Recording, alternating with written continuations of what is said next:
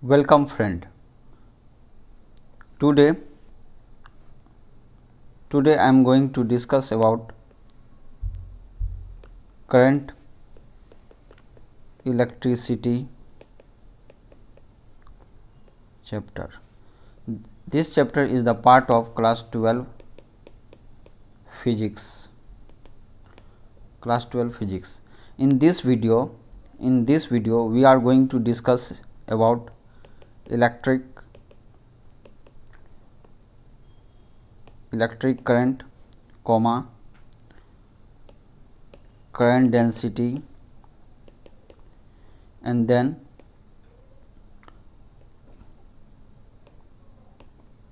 current in conductors.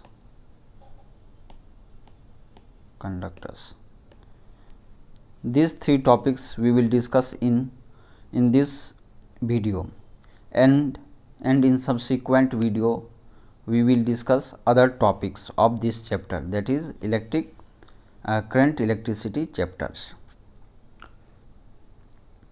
In this video we will also discuss some numericals on these particular topics. Okay, now we will start. Now our first topic is electric current. What is electric current? When there is flow of charges, there will be a current. That means that suppose there is a charge Q. If this one is flowing, when it moves, then there will be a current. If this Q is a positively charged, then current will be in the same direction in which the Q will move. And if Q is negatively charged, then current will be in the opposite of the charge moment. Means if Q is negatively charged and it is moving in this direction, then your current produced will be in this direction, means opposite of this negatively charged. But if it is positive, then in the same direction. This is the convention marked. Okay, this is the convention. It is assumed that we need to take this as the direction of current. Now electric current can be of a steady current,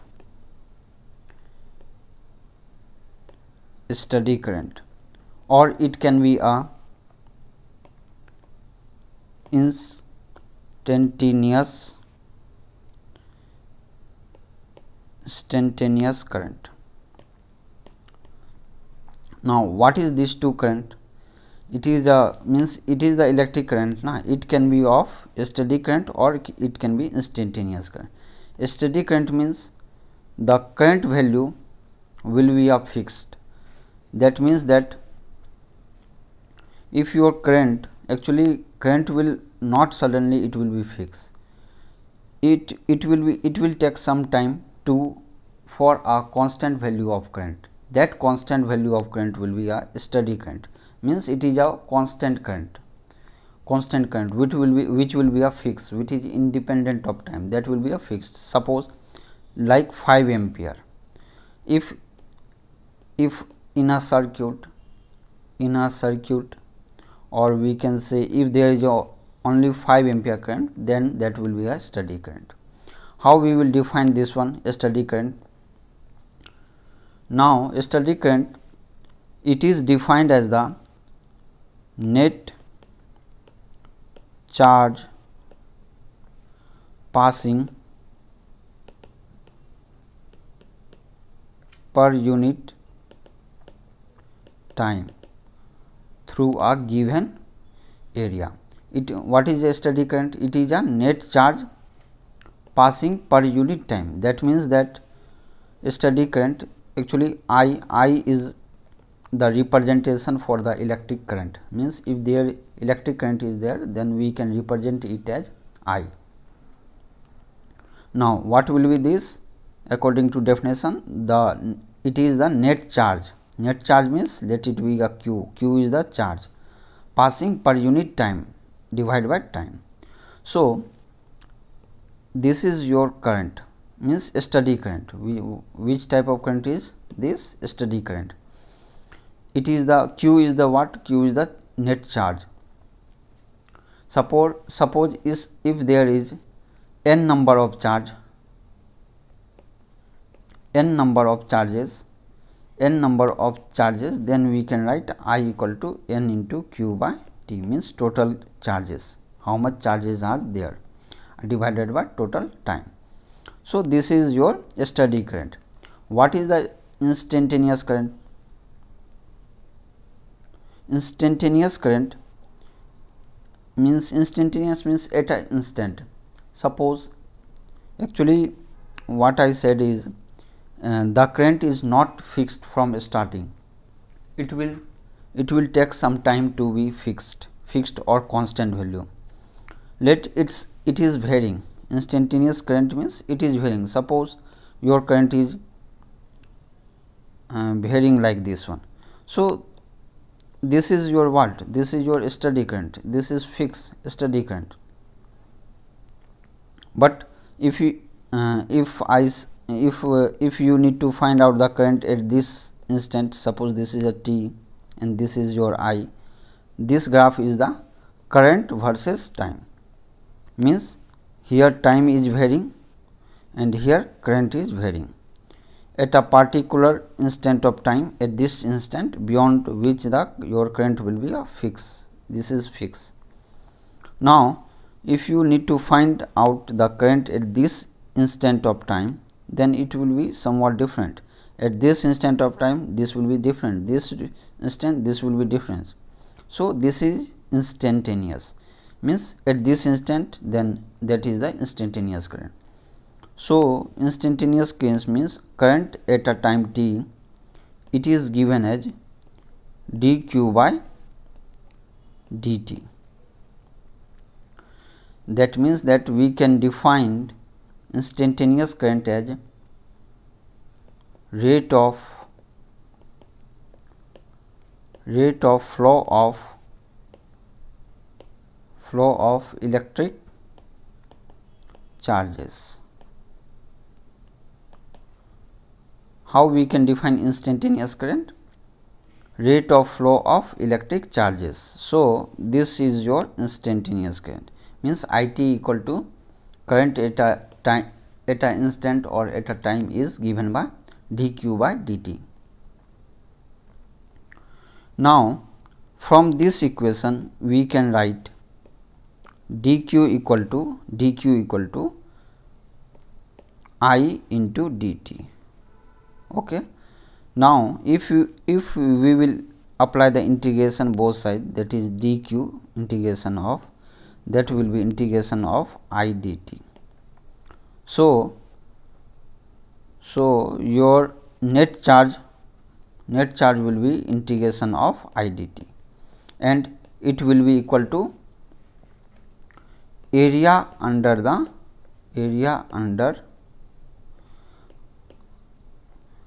current versus time curve or graph. Means suppose this is your time and this is your current axis, okay, and there is a charges like this one, variation is like this one, then the total charge will be the area under this one. This area will be your total charge, that is Q. So, this is your steady current and then there is a instantaneous current. Now we will look into the units and the dimensions. Now, the unit of I, that is current is ampere. What is the unit of current? That is ampere. What is the unit for the Q? Q means charge. Charge is the coulomb.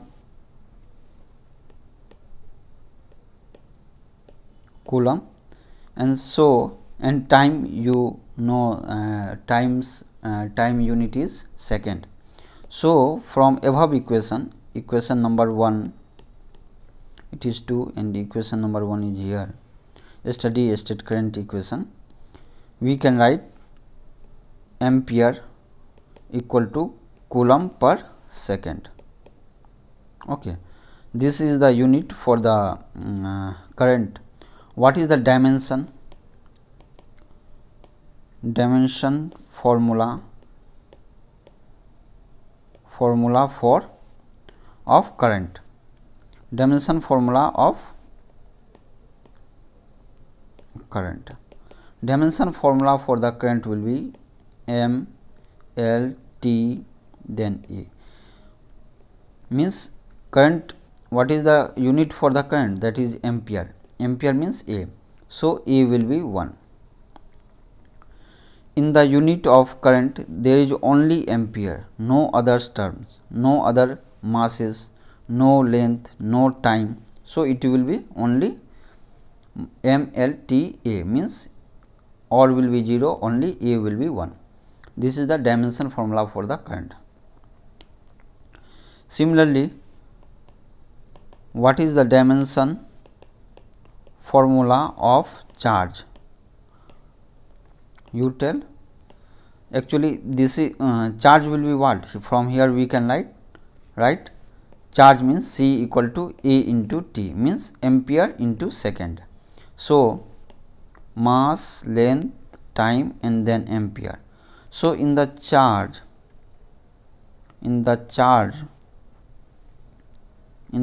there is the dimension of ampere is there.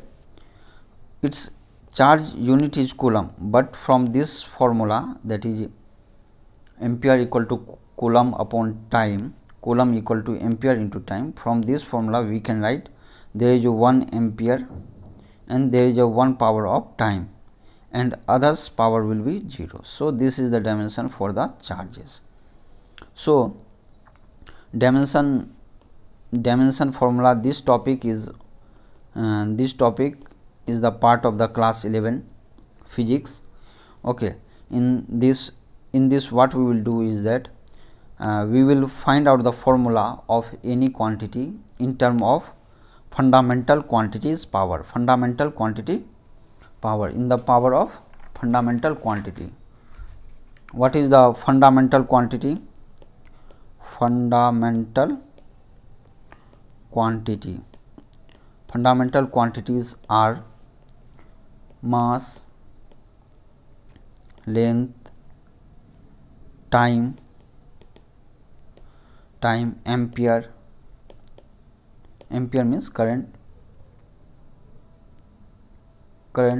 then temperature means Kelvin, it is the Kelvin. Okay, temperature, okay, Kelvin. Mass, it is mass, okay, mass, length, it is time, ampere, Kelvin,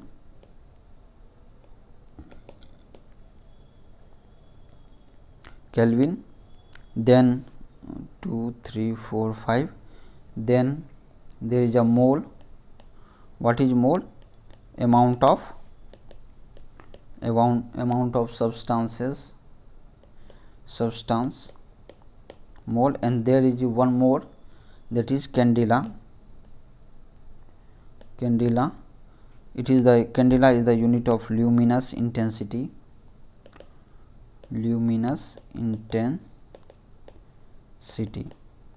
These are the fundamental quantities. Okay, in only these terms we need to write the dimension formula, means power of these. Okay, for example, in current we have written M, L, T and A only. Okay, this is the fundamental quantity. Okay, if you have any doubt, kindly write in the comment section. Okay, आपको कोई अगर doubt है तो आप कृपया करके comment section में लिखें। Okay, this is all about the current. Now one more point is that current is that it is a scalar quantity. Why scalar? Actually current has the magnitude and also it has the direction. It also has the direction. Magnitude and direction it has. Current has magnitude and also direction, but it is not vector. Why not vector? Because it is not following the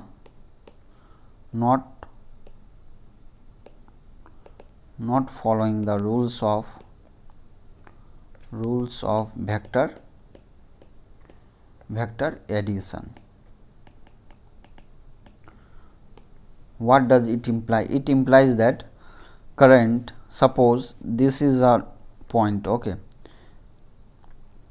if one current is coming here, one current is coming from here, okay, like this one, let it be a horizontal line, okay. Now let it be a resultant current, okay. Suppose this is 4 ampere current and this is 6 ampere current. Ampere means current unit, okay. This is a node. Node means what? If there is a two branch, it is a branch, okay. If there is a two or more branch, then that will be a node. Here how many branches? 1, 2 and 3 branches, so it is a node. अब आप देखिए यहाँ पर कितना है, 4 ampere आ रहा है, 6 ampere. मान लीजिए इसके बीच का एंगल और इसके बीच का एंगल 60 डिग्री है, 60 डिग्री है। कॉस 60 कितना होता है? कॉस 60 हाफ, कॉस 60 वैल्यू कितना होता है? हाफ, ठीक है। तो अब देखिए ये 60 डिग्री हो गया और ये 60 डिग्री, तो इसका क्या होगा? अगर ये ऐसे जा रहा है तो ये स्टेप से होगा वेक्टर, और यदि ये जा रहा है तो ये स्टेप से होगा, ओके। ये कितना हो गया? 4 और ये हो गया आपको 6, और ये एंगल कितना है? 60, ये भी 60। तो इसका कंपोनेंट क्या होगा? एक मीन्स ये इस टाइप का हो गया, ये 6 हो गया और ये एंगल हो गया आपको 60। तो इसका ये क्या कंपोनेंट होगा? इसको दो पार्ट में हम लोग डिवाइड करते हैं इस टाइप से। एक इधर में जो होगा वो क्या होगा? 6 cos 60, और इधर में जो होगा जो एंगल के साथ होता है उसके साथ क्या होगा? 6 cos 6 कोसाइन पार्ट रहता है ये, ओके, जिसके साथ एंगल बनाता है। और जो वर्टिकल कंपोनेंट है वो क्या होगा? sin 60 के रूप में, ठीक है। तो cos 60 कितना होता है? हाफ, तो ये कितना हो जाएगा? 3 एम्पियर हो जाएगा, ठीक है। और उसी तरह ये इसके लिए हम लोग देखेंगे 4 के लिए क्या होगा? 4 ये इस टाइप से हो गया 4, और ये हॉरिजॉन्टल लाइन हो गया, ये 60 हो गया और ये 4 एम्पियर हो गया। इसका हॉरिजॉन्टल इधर में होगा तो ये कितना हो जाएगा? 4 cos 60, और इट विल बी 2 एम्पियर हो जाएगा। और इसका यदि इधर में लीजिएगा तो ये कितना हो जाएगा? साइन लीजिएगा, साइन लीजिएगा ना इसका।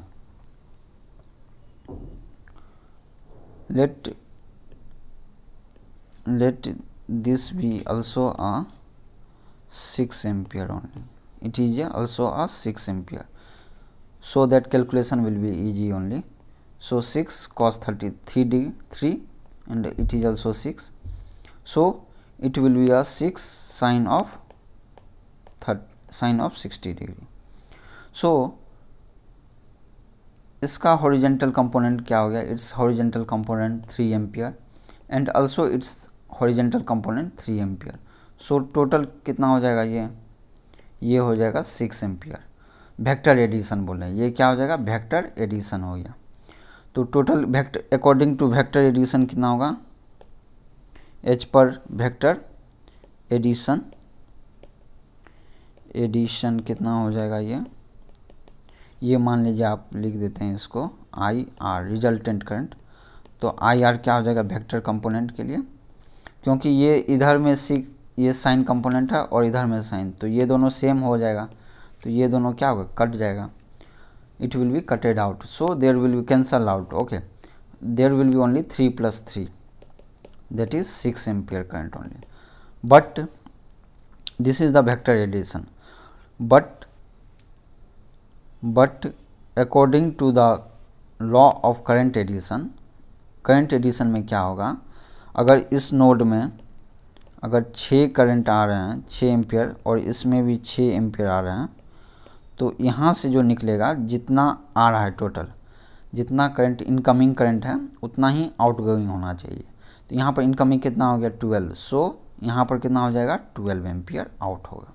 सो ये क्या हो गया 6 एम्पियर प्लस क्या हो गया, ये 12 एम्पियर हो गया। ये हो गया करंट का एडिशन का रूल। मीन्स अगर कोई नोड है तो वहाँ पर जितना करंट आ रहा है, 2 कंपोनेंट है, तो जितना इनकमिंग है, यहाँ पर इनकमिंग कितना है 6 6 12, तो आउटकमिंग कितना, आउटगोइंग कितना होना चाहिए 12 ही होना चाहिए। So it is a only scalar addition, just we have added. So अब देखिए, अब हमें क्या पता चला, क्या करंट क्या फॉलो करता है, करंट फॉलो करता है, वेक्टर एडिशन फॉलो करता है, नो। क्या फॉलो करता है, ये scalar addition means algebraic addition. So current has magnitude भी है, डायरेक्शन भी है, it has direction also, and as it is not following the vector addition, क्या है, वेक्टर एडिशन नहीं फॉलो करता, वेक्टर एडिशन रूल फॉलो नहीं करता है, so it is a scalar. So it is a clear ना, everyone has, if anyone has any doubt kindly comment in the comment section. Okay, so current क्या हो गया, ये क्या हो गया, ये स्केलर क्वांटिटी हो गया।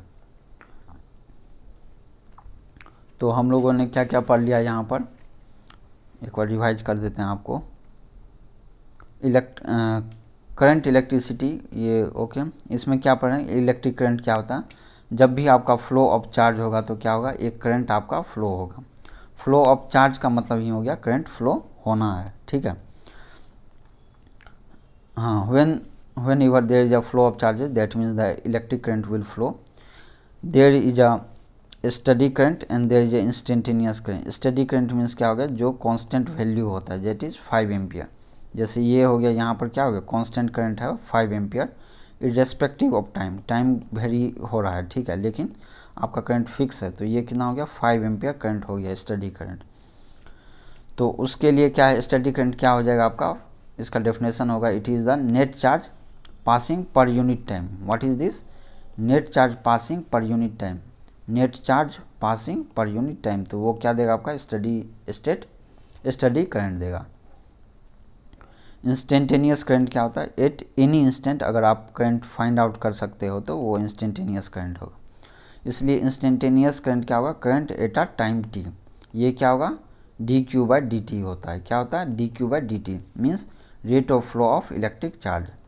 और from here we have seen that the if you need to find out the total charges, then it is the area under the I versus t curve, just integration of I dt.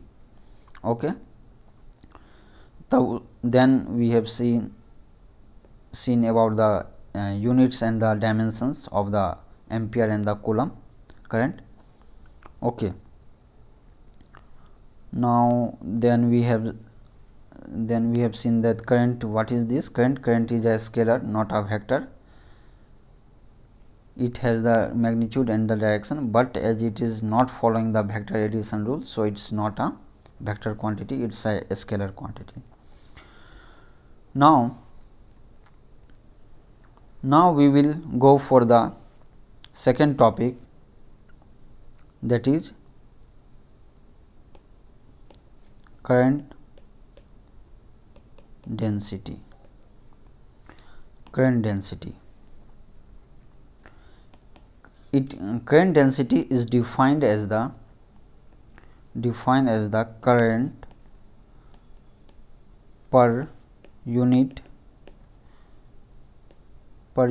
area normal to current, normal to the current. So it is very important to note here that current per unit area, unit area which is normal to the current. That means that if there is your current direction, okay, let it be a some conductor like this one, okay. If this is your current direction, okay, current direction is in this direction, then area which is normal, suppose this is your area, this is what, this is normal to the current, this is your area, current, and this is your area. So it is a normal, okay, normal. So let it be a area be A. Then your current density, which is represented as a J, current density, and it is also a vector quantity. So there is a sign of vector sign here, J cap, J bar, okay, J bar. So it is a vector quantity and it is represented as J. So J will be what, tell me? It will be a current, then per unit what, area, which is normal to current. It is normal, so it is only A.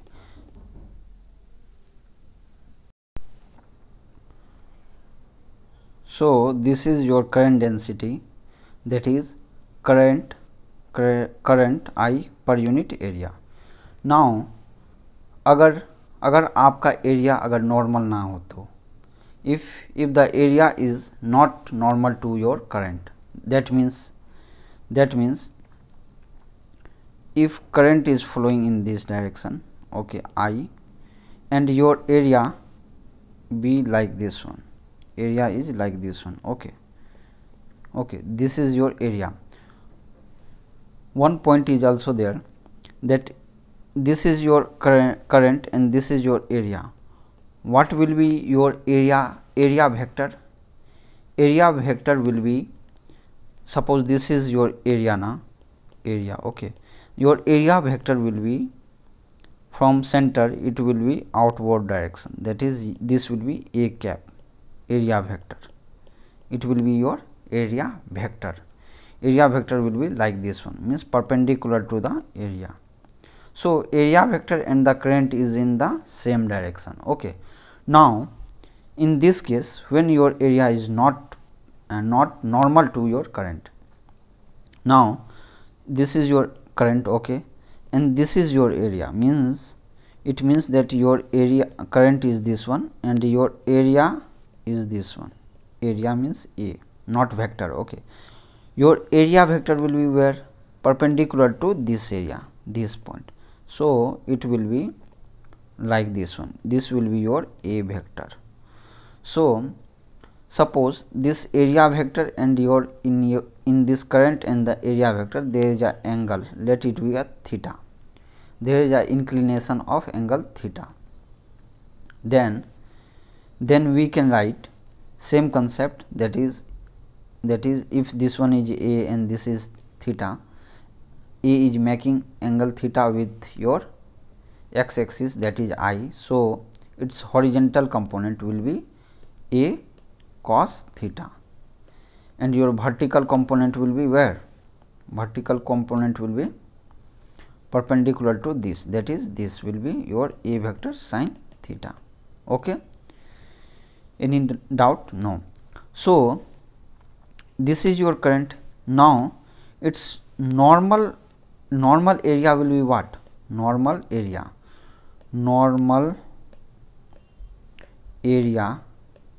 will be what? Tell me. Normal area will be from here A cos theta.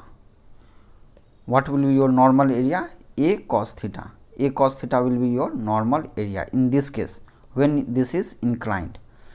When there is no inclination, means theta equal to 0, cos 0 is 1, so A will be only A, or from this diagram also we can conclude, okay. So from here we can write J vector, that is a current density vector. It is a vector. जब भी हम use करें ये बार ऊपर में, तो इसका मतलब ये कौन सा क्वांटिटी है? This is your vector.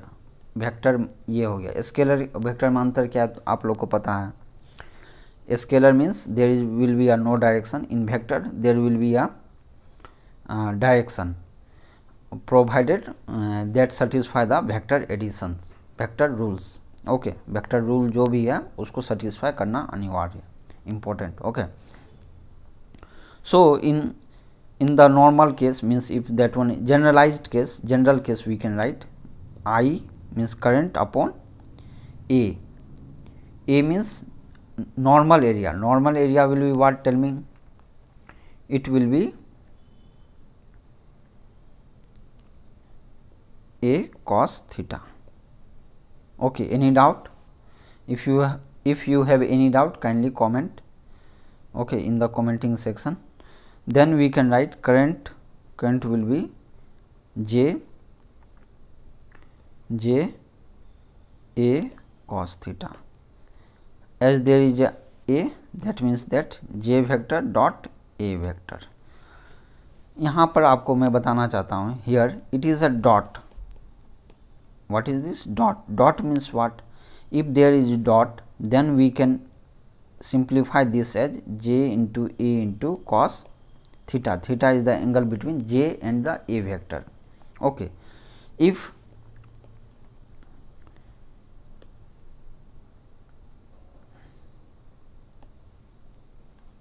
there is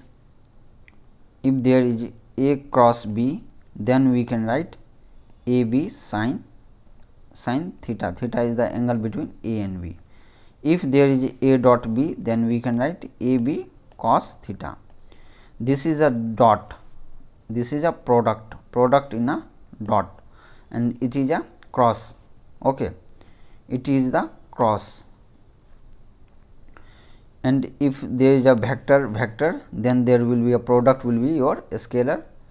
If there is a vector, then also output will also be a vector. This is a cross product and this is dot product. This is this we will run in the vector calculation. Okay, in mathematics. Okay, now this is okay na, means your I equal to J dot A vector. This is your means vector dot means dot product into vector, means there is a, if there is a two vectors and there is a relation is dot relation, then the output will be your scalar quantity. And if there is a vector cross vector, then output will be your vector only, vector output will be vector sin theta. Okay, and cross means sin theta and dot means cos theta will become. Okay, this is clear now. This is about the what? It is about the current density. Current density definition, it is a current per unit area, per unit which area? Normal area to the current. current के जो normal area रहेगा उसको लिखना है. ठीक है, current density clear हो गया. Now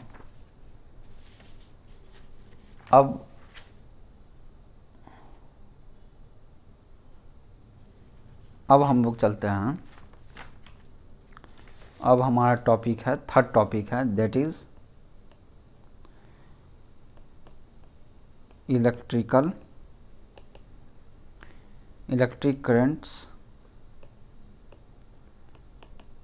in conductors. Electric currents in conductors. Conductors क्या होता है? सबसे फर्स्ट पॉइंट है क्या कि कंडक्टर्स क्या होता है. कंडक्टर्स क्या होता है? कंडक्टर क्या होता है बताइए.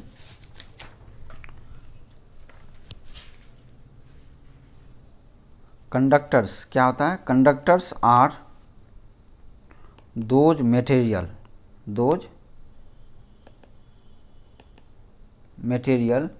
which can conduct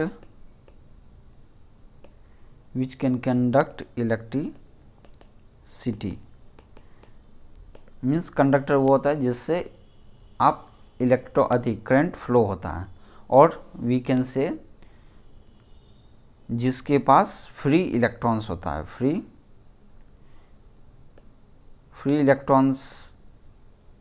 इलेक्ट्रॉन्स किस में होता है, मेटल में होता है, metal has a free electrons, okay.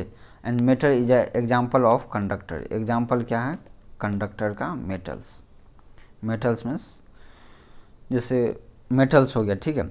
तो कंडक्टर क्या हो गया, are those material which conduct electricity, जो कंडक्ट करता है इलेक्ट्रिसिटी, ये कंडक्टर हो गया। Actually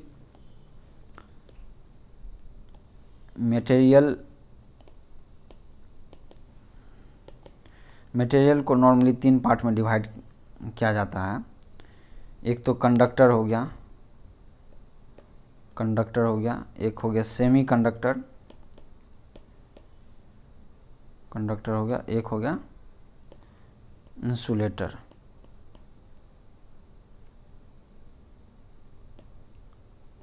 okay. कंडक्टर क्या होता है, जो जिससे आप करंट पास करवाए तो करंट आराम से नॉर्मली पास हो जाता है, करंट पास।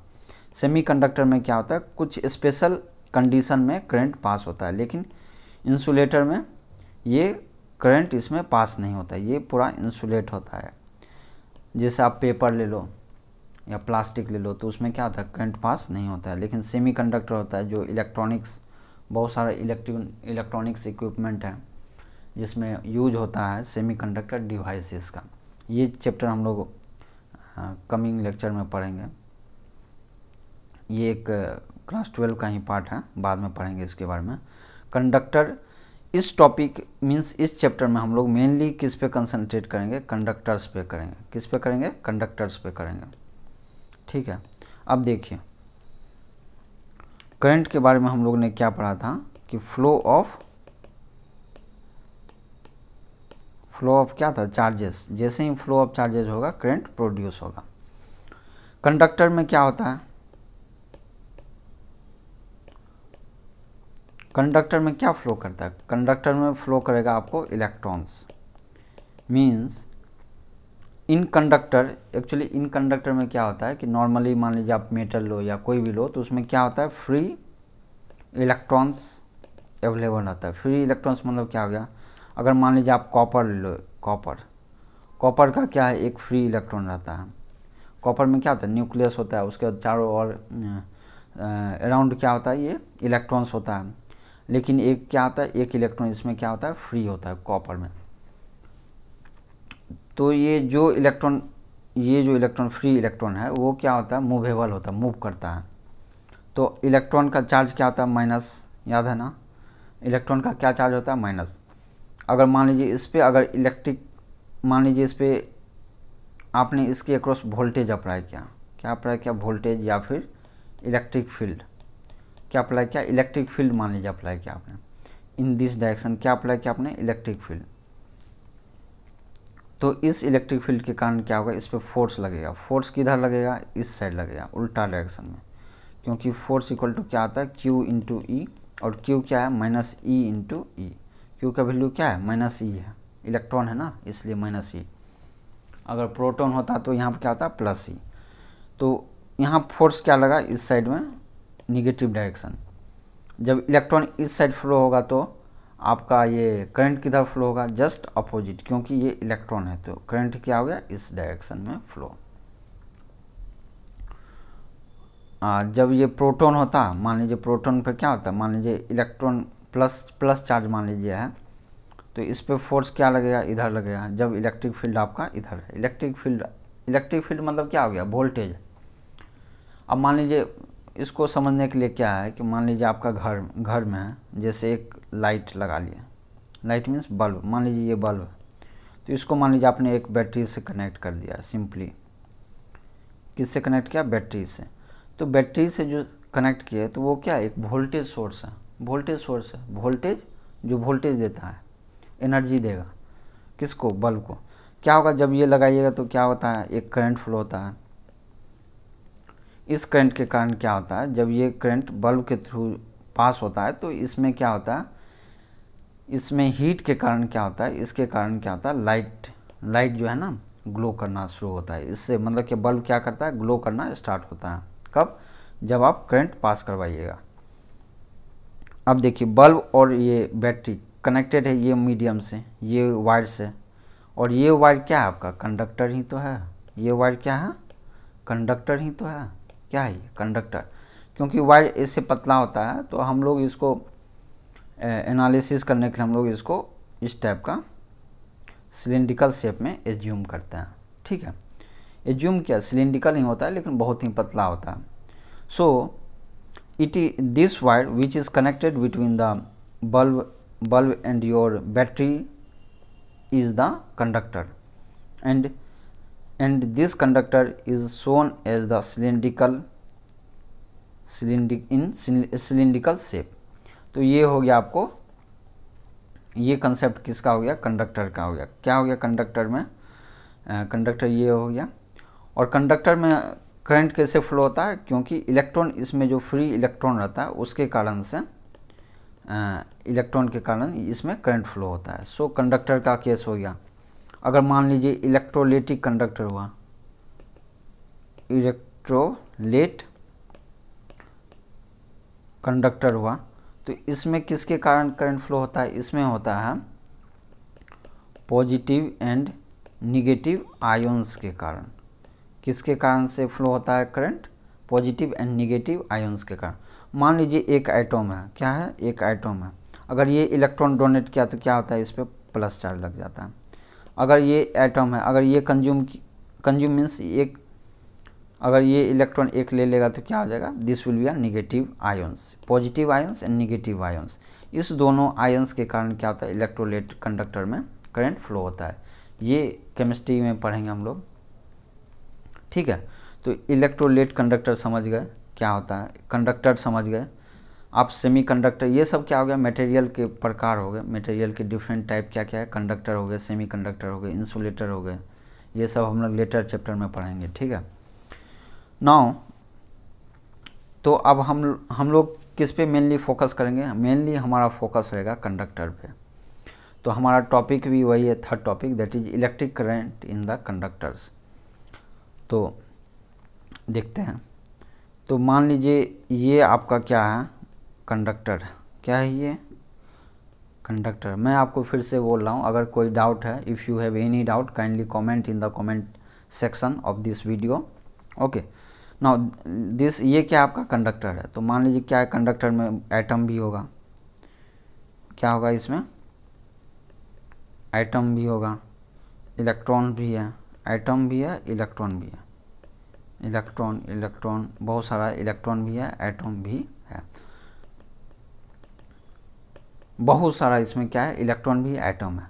तो एक्चुअली क्या है, क्या जब ये नॉर्मल कंडीशन में होता है, जब ये क्या होगा, नॉर्मल कंडीशन में कुछ भी आप कनेक्ट नहीं किए, सिर्फ वो कंडक्टर है रखा हुआ, if there is only a conductor then there will be a thermal motion of this elements. क्या होगा इसका, थर्मल मोशन होगा। थर्मल मोशन होता है, क्या होता है, थर्मल मोशन, थर्मल मोशन। इसमें जो इलेक्ट्रॉन होगा उसका क्या होता है, थर्मल मोशन। ये क्या होता है कि ये वाइब्रेट करता है अपना पोजीशन से, ऐसे ऐसे वाइब्रेट करता है और ये मूव करता है। मूव कैसे करता है, कोई इस डायरेक्शन में मूव करता है, कोई इलेक्ट्रॉन इधर मूव करता है, कोई इलेक्ट्रॉन इधर मूव करता है, कोई इलेक्ट्रॉन इधर मूव करेगा, कोई इलेक्ट्रॉन इधर मूव करेगा, कोई इलेक्ट्रॉन इन दिस डायरेक्शन।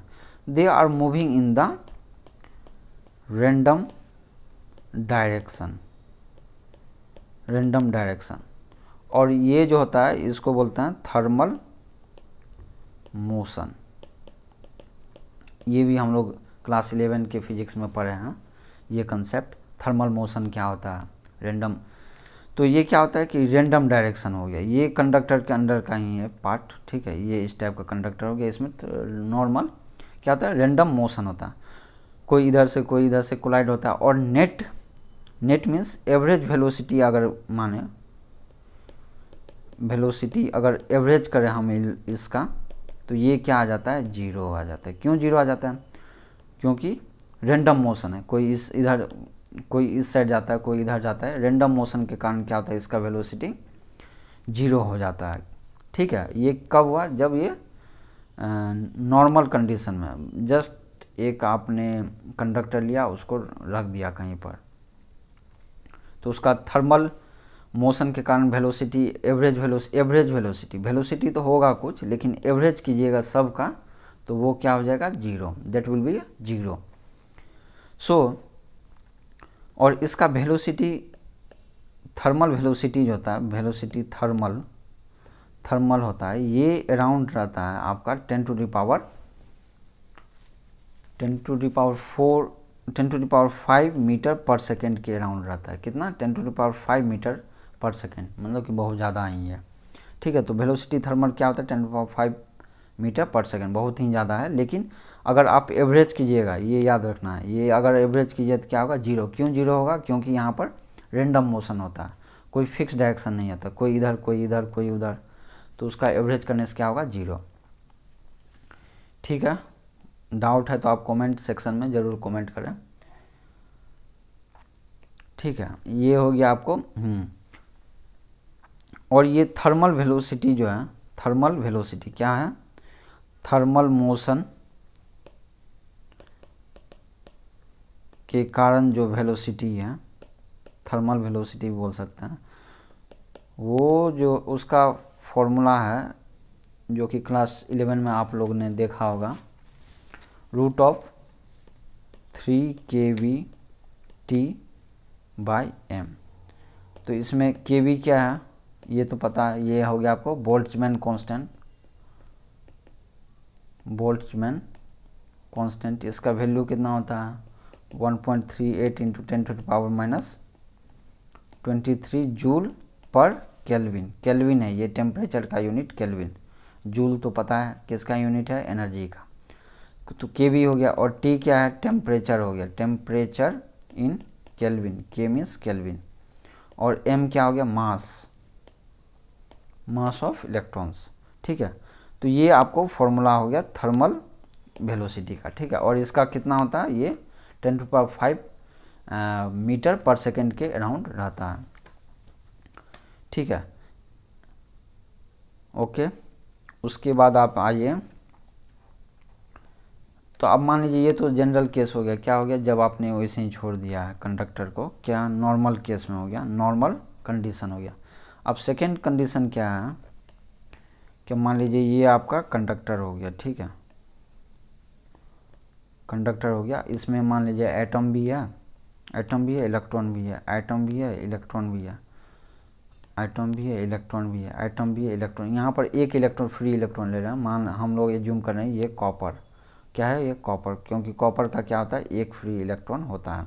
ठीक है, तो इस टाइप का बहुत सारा है, समझ, इसमें कितना बहुत सारा होता है, वायर है, कंडक्टर है, लंबा रहता है, उसमें बहुत सारा एटम रहता है। ठीक है, बहुत सारा। ठीक है, तो इसको हम लोग जनरली ऐसे सिंपली लिखे हैं।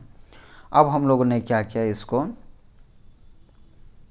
कनेक्ट करके एक सप्लाई सोर्स से सप्लाई किया आपने। किससे सप्लाई किया, मान लीजिए बैटरी से ही आपने सप्लाई कर दिया। किससे सप्लाई किया है, एक मान लीजिए बैटरी से आपने बैटरी से क्या किया, इसको सप्लाई दिया है। तो क्या होगा, अब अगर आपने इसको सप्लाई दिया है, मान लीजिए electric field in this direction है। ठीक है, electric field in this direction में है, तो क्या होगा, इलेक्ट्रॉन है, ये क्या है, इलेक्ट्रॉन, मान लीजिए एक इलेक्ट्रॉन ये हो गया, तो इस पर क्या होगा, फोर्स इधर लगेगा, ये मूवमेंट भी इस टाइप का होगा। तो एक क्या होगा, एक पार्टिकुलर डायरेक्शन में इसका मूवमेंट होगा, फोर्स लगेगा। अगर आपको पता है, अगर फोर्स अगर लगेगा तो क्या होगा, मान लीजिए ये एक इलेक्ट्रॉन है, इस पर मान लीजिए फोर्स लगा, तो फोर्स इक्वल टू क्या हो जाएगा, force equal to m into A, mass into acceleration. Mass क्या हो गया, m, और एक्सेलरेशन a, मान लीजिए एक्सेलरेट कर रहा है, ये इलेक्ट्रॉन क्या करेगा, एक्सेलरेट करेगा, तो force equal to m into A. और फोर्स इक्वल टू क्या है हम लोग का इलेक्ट्रोस्टैटिक से, चार्ज इंटू इलेक्ट्रिक फील्ड। यहाँ पर चार्ज क्या है, इलेक्ट्रॉन है, इसलिए minus E into capital E. So minus E into E equal to M into A. तो यहाँ से एक्सीलरेशन क्या हो जाएगा, minus E by M, means ये हो जाएगा एक्सीलरेशन। मतलब क्या हो गया, अगर आपका एक इलेक्ट्रॉन है तो ये जो एक्सीलरेट होगा वो किससे एक्सीलरेट होगा, ई बाई एम, मीन्स इसका वेलोसिटी क्या होगा, बढ़ रहा है। एक्सलेट हो रहा है मतलब क्या होगा, वेलोसिटी बढ़ रहा है, ठीक है। तो एक्सलेशन हो रहा है तो आपका इस टाइप से आपको इसको ध्यान में रखना है। ये हम लोग फिर से ये टॉपिक फिर से हम लोग डिस्कस करेंगे, किस में, ड्रिफ्ट में करेंगे, ठीक है। तो ये अभी के लिए इतना ही याद रखिए कि जो भी इलेक्ट्रॉन है वो एक्सलेट करेगा। और एक बात अभी बता देता हूँ, क्योंकि ये एक्सलेट करेगा, मान लीजिए ये इलेक्ट्रॉन है, ये एक्सलेट किया, लेकिन यहाँ पर एक एटम है जो कि फिक्स है, बड़ा होता है एटम इलेक्ट्रॉन के कंपेयर में, फिक्स है। तो ये क्या होगा, इससे कोलाइड करेगा। ये सब के, ये एक सैंपल के लिए बता रहा हूँ, लेकिन ये सभी इलेक्ट्रॉन के बारे में है, इस सभी के इलेक्ट्रॉन के बारे में क्या होगा, एक्सलेट करेगा, लेकिन बहुत ज़्यादा स्पीड जैसे ही होगा यहाँ पर कोलाइड कर जाएगा, तब फिर ये क्या होगा, स्लो हो जाएगा, फिर से ये एक्सलेट करेगा, फिर से ये एक्सलेट करेगा, फिर से कोलाइड होगा, फिर से स्लो होगा। इस टाइप से क्या होगा, इसका एवरेज, इसका वेलोसिटी तो बढ़ता है, समझे, लेकिन इसका एवरेज वेलोसिटी अगर कैलकुलेट कीजिएगा तो वो क्या होता है, फिक्स रहता है। और उस एवरेज वेलोसिटी को हम लोग क्या बोलते हैं, ड्रिफ्ट वेलोसिटी। क्या बोलते हैं, drift velocity.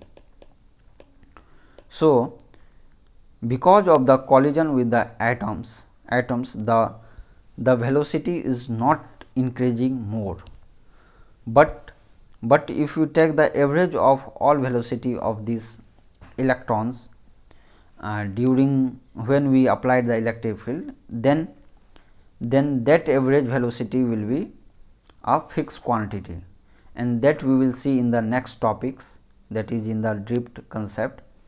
And here this constant velocity is known as the drift velocity, by which electrons in a conductor is moving. By this velocity the electrons will be moved. This is the average velocity, okay. And there is a acceleration of minus E by m, okay. E is the electron 1.6 into 10 to the power minus 19 coulomb. This is the value of E.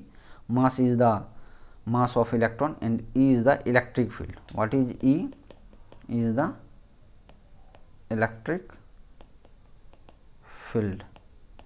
E equal to voltage upon length, voltage upon length, okay. Now this is all about the third topic, that is electric current in the conductors. This topic will be continue in the next video series, okay. Now we need to, now we will go for the some notes, additional notes, some additional notes.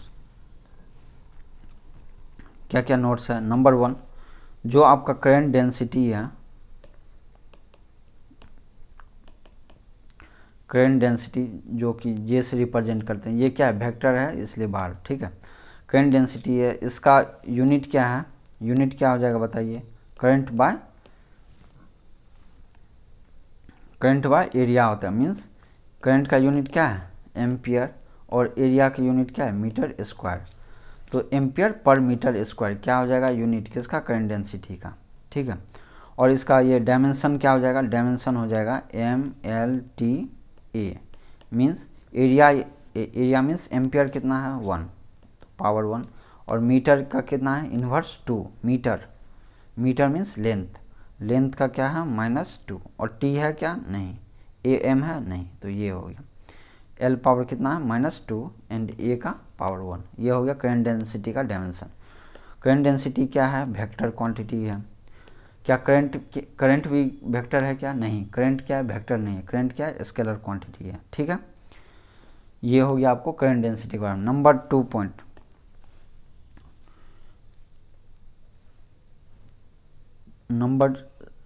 Second point है आपका, क्या current का 2 types होता है, current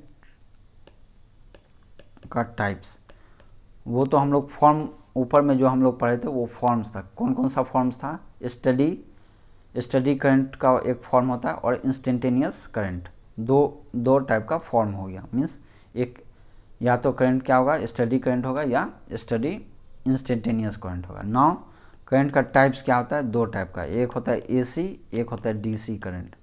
DC means direct current हो गया, AC means alternating current, alternating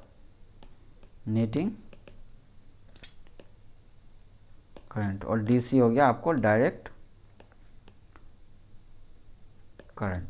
alternating current में क्या होगा, आपको अल्टरनेट कर रहा है मीन्स इसका डायरेक्शन जो है ना, डायरेक्शन का साइन जो है ना अल्टरनेट कर रहा है, मीन्स एक बार पॉजिटिव साइन है और एक बार निगेटिव साइन है, like sinusoidal T versus I.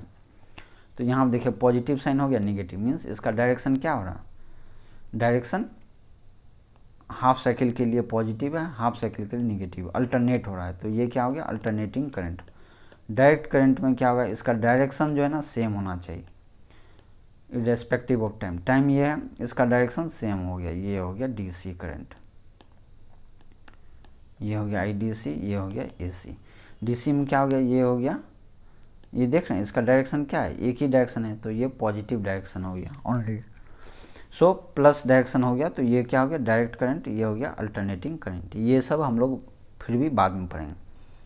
ये जो डायरेक्ट करंट है, और इसी टाइप से डायरेक्ट करंट वोल्टेज भी होता है, डीसी वोल्टेज भी होता है। डीसी वोल्टेज में भी क्या होगा आपका, सिर्फ पॉजिटिव होगा। तो इस चैप्टर में हम लोग मेनली डीसी वोल्टेज के बारे में ही पढ़ेंगे इन कमिंग चैप्टर्स। किसके बारे में, DC voltage, DC supply. Number third point क्या है आपका, क्या मान लीजिए अगर if a charge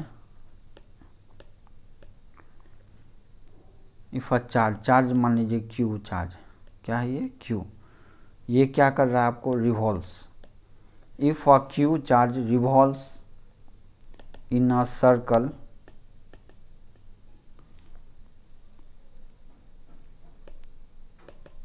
with frequency f, then the equivalent current क्या होगा आपका, इक्विवेलेंट करंट क्या होगा, इक्विवेलेंट करंट होगा charge Q into frequency, charge Q into frequency होगा। क्या है, अगर चार्ज आपका क्यू रिवॉल्व हो रहा है in a circle with frequency F, then equivalent current will be Q into F, current क्या हो जाएगा Q into F. Number four point है आपका, charge is quantized, charge is quantized. इसका मतलब क्या है, क्या जितना भी चार्ज होगा, मान लीजिए क्यू चार्ज है, Q equal to N into E होगा। एन क्या है आपका, एन हो गया इंटीजर, 1 2 3 डॉट डॉट डॉट, मतलब यही है कि कोई भी चार्ज हो आपको, कोई भी चार्ज, वो जो है आपका इलेक्ट्रॉन जो होगा, इलेक्ट्रॉन ई मतलब हो गया 1.6 × 10⁻19 कूलम, ई का इंटीजर मल्टीपल होगा, समझे ना। मतलब कि अगर कोई भी चार्ज है तो वो क्या होगा, 5e होगा, 6e होगा, या 7e होगा, या फिर 25e होगा, या फिर 25,000e होगा, लेकिन इंटीजर वैल्यू n होना चाहिए, तभी वो चार्ज वैलिड है, ठीक है। तो क्या हो गया, इसका मतलब यही है कि the quantum of charge is E, quantum of charge को क्या बोलते हैं हम लोग, ई, ठीक है। तब यहाँ पर है मतलब इसका, the charge on any body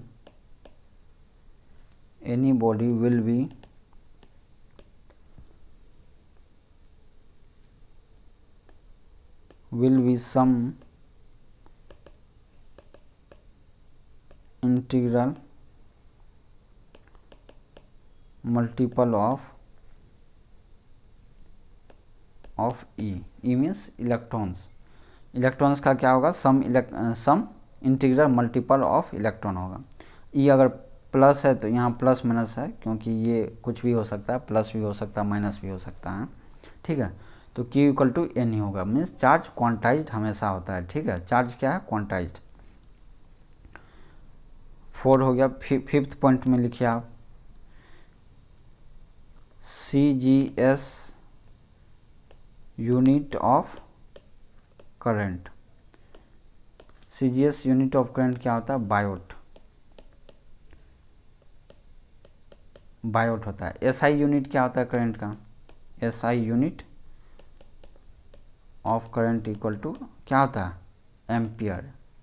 ampere, जिसको A से हम लोग रिप्रेजेंट करते हैं। ठीक है। नंबर 6 पॉइंट लिखिए आप।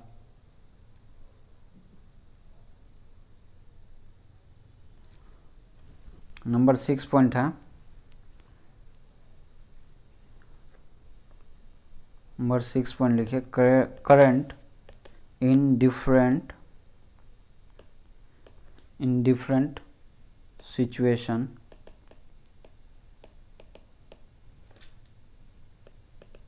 is due to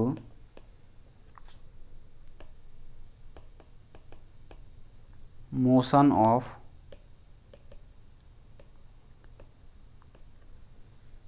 different charge carriers. That means that जैसे current in different situation is due to the motion of different charge carrier. Different charge carrier जैसा जैसा अलग अलग होगा उसके अनुसार करंट भी अलग अलग, मतलब कि चार्ज कैरियर फिक्स नहीं है, कुछ भी हो सकता है, और उसके कारण से क्या होगा? करंट फ्लो होगा। जैसे एग्जांपल के लिए हम बोलते हैं, जैसे मान लीजिए चार्ज कैरियर क्या है आपका? इलेक्ट्रॉन्स है। तो ये इलेक्ट्रॉन्स चार्ज कैरियर किस में होता है बताइए? कंडक्टर में होता है। ऊपर हम लोग देख चुके हैं। इन कंडक्टर्स कॉमा और किस में होता है? और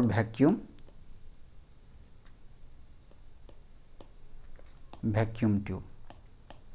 इस दोनों में करंट जो फ्लो होता है वो किसके कारण होता है? इलेक्ट्रॉन्स के फ्लो के कारण। ठीक है। नंबर बी पॉइंट क्या है? नंबर बी है positive and negative ions. Positive and negative ions के कारण किस में करंट फ्लो होता है? It is electrolyte. In electrolytes में किसके कारण होता है? Positive and negative both ion के कारण क्या होता है? किसमें करंट फ्लो होता है? Electrolyte. Means positive and negative ions के मोमेंट के कारण क्या जो इलेक्ट्रॉन प्रोड्यूस होता है किसमें? इलेक्ट्रोलाइट्स में। नंबर सी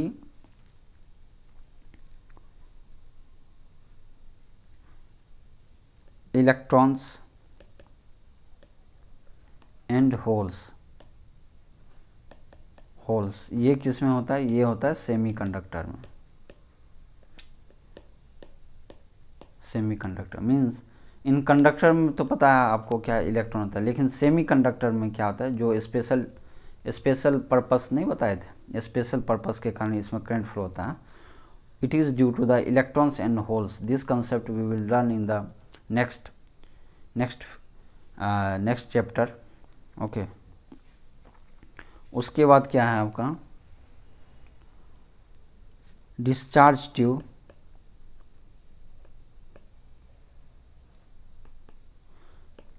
डिस्चार्ज ट्यूब जो कि जिसमें कंटेनिंग रहता है, कंटेनिंग एटॉमिक गैसेस। इसमें किसके कारण फ्लो होता है करंट? इसमें होता है due to the motion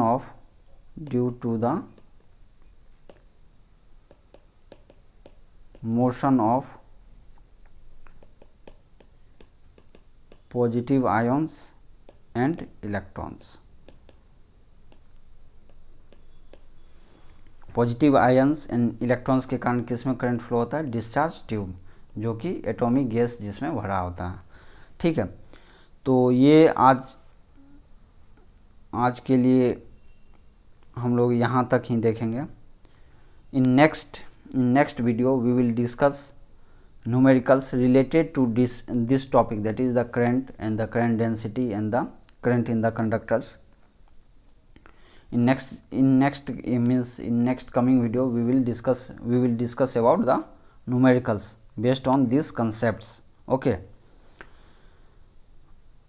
and do not forget forget to subscribe this channel. इस चैनल को सब्सक्राइब कीजिए और जैसे ही न्यूमेरिकल का वीडियो आता है आपको नोटिफिकेशन मिल जाएगा। और ये सीरीज हम लोग कंटिन्यू करेंगे। पूरा क्लास 12 का फिजिक्स हम पढ़ाने वाले हैं और 11th का भी पढ़ाएंगे, इसलिए इस चैनल को सब्सक्राइब कर ले। Thank you.